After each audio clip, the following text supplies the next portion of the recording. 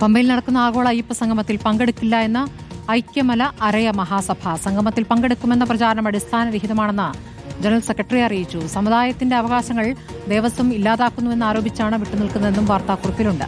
Akhil K വിവരങ്ങളുമായി. അഖിൽ, ഇപ്പോൾ ഐക്യമല അരയ സഭ സംഗമത്തിൽ പങ്കെടുക്കില്ല എന്ന് അറിയിക്കുകയാണ്. എന്താണ് അവർ നൽകുന്ന വിശദീകരണം അഖിൽ?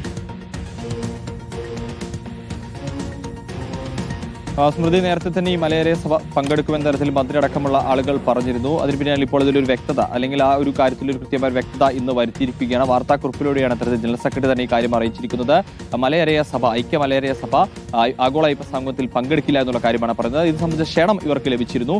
പക്ഷേ ഈ ക്ഷണം ലഭിച്ച ശേഷം പിന്നീട് ഇതിലൊരു ചർച്ചയോ അല്ലെങ്കിൽ അതുമായി ബന്ധപ്പെട്ട ഒരു കാര്യങ്ങളോ പോയില്ല. 11 ആവശ്യങ്ങൾ അല്ലെങ്കിൽ അവകാശങ്ങൾ സംരക്ഷിക്കാനുള്ള 11 ആവശ്യങ്ങൾ തങ്ങൾ മുന്നോട്ട് വെച്ചിരുന്നു.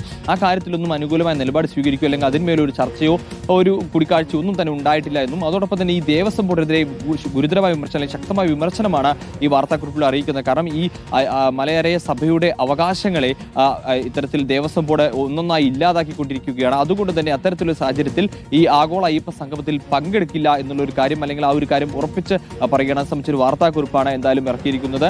നേരത്തെ തന്നെ ഇതുമായി ബന്ധപ്പെട്ട് അഖില മലയരയ സഭ മഹാസഭ പങ്കെടുക്കില്ല എന്ന് നേരത്തെ തന്നെ അറിയിച്ചു. കാരണം അത്തരത്തിലൊരു അറിയിപ്പോ അല്ലെങ്കിൽ അത് സംബന്ധിച്ച വിശദാംശങ്ങളൊന്നും തന്നെ അവർക്ക് ക്ഷണം പോലും ലഭിച്ചിരുന്നില്ല എന്നുള്ള കാര്യമാണ് അവർ പറഞ്ഞിരുന്നത്. ഇപ്പോൾ എന്തായാലും ഐക്യ മലയരയ മഹാസഭ കൂടി പങ്കെടുക്കില്ല എന്ന കാര്യമാണ് വാർത്താക്കുറിപ്പിലൂടെ അറിയിച്ചിരിക്കുന്നത്. സ്മൃതി. ശരി, അഖിൽ കെയാണ് വിവരങ്ങൾ നൽകിയത്.